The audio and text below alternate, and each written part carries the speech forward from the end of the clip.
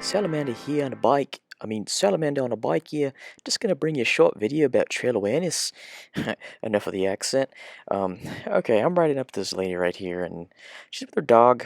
Pretty common occurrence to see when you're on the trail. As I get closer, she does a little bit of a double take, and then she kind of peels off behind this tree. Not too many people do this. And as I ride up to her, I say, "Hey, thank you," and she says, "You're welcome." Just acknowledging that we're both there. This is something that not too many people do, and you would almost think this would be kind of common practice for someone to just to do when you're out on the trail, regardless if you're biking or hiking or riding a horse. Um, and I'm riding up to this guy right here. Little tough climb, especially for somebody who's not riding all the time. But he looked back, hops off his bike, moves over. I say thank you. Um, not too many people do that. Not too many people just move to the side. Um, and I think that's something that some people should just kind of focus on.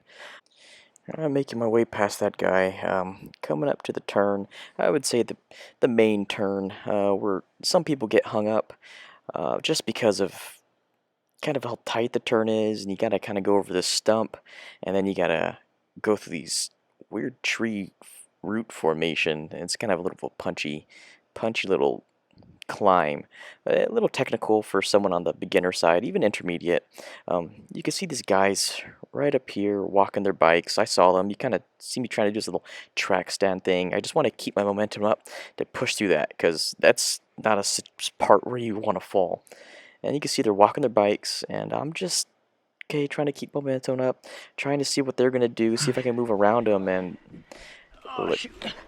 nope, just fall right on down. I'm not gonna lie, this kind of sucked.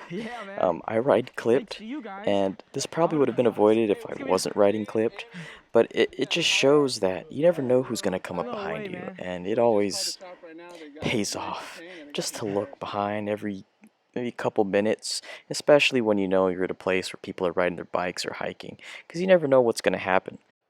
And everyone is at different experience levels when it comes to riding or just even hiking on trails.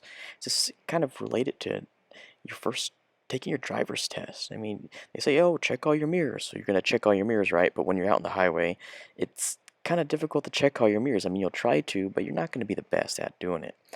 Same thing with the trail. More often than not, an inexperienced rider isn't going to be like, hey, let me move out of the way if I have technical difficulties with my bike. Or let me move out of the way if I see a faster rider. Because I know that the trail narrows up ahead. And, just knowing at these key spots, maybe choke points on the trails, and understanding where, hey, I know this is a high traffic area. Let me just kind of hold off for a second. I know I can't do this. I'm not going to stand here and clog it up, because that's how accidents happen, especially when people are coming down trails and there's hikers coming up the other way, and people smack into them. Like, that's not fun. I've had some experiences going down Cinderella, and I didn't see these people. These people were behind a blown corner. It didn't matter what my bell was going to do.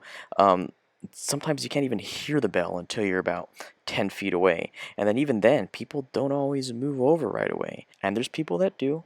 And that just takes time and experience to kind of recognize when certain things are happening, certain situations are happening. But, these are shared trails, and we just have to be aware to know that, hey, bike riders come here a lot, hikers come here a lot. In this case, if we can shed some light and, show the community, hey, these are some things you do when you're on the trail and things really not to do when you're on the trail, I think it would benefit everybody as a whole. It would benefit the bike riders, it would benefit the hikers, and everyone would just stay safe, enjoying what they like to do, hiking and riding their bikes. But, this is the end of the video, and I'll catch you guys later.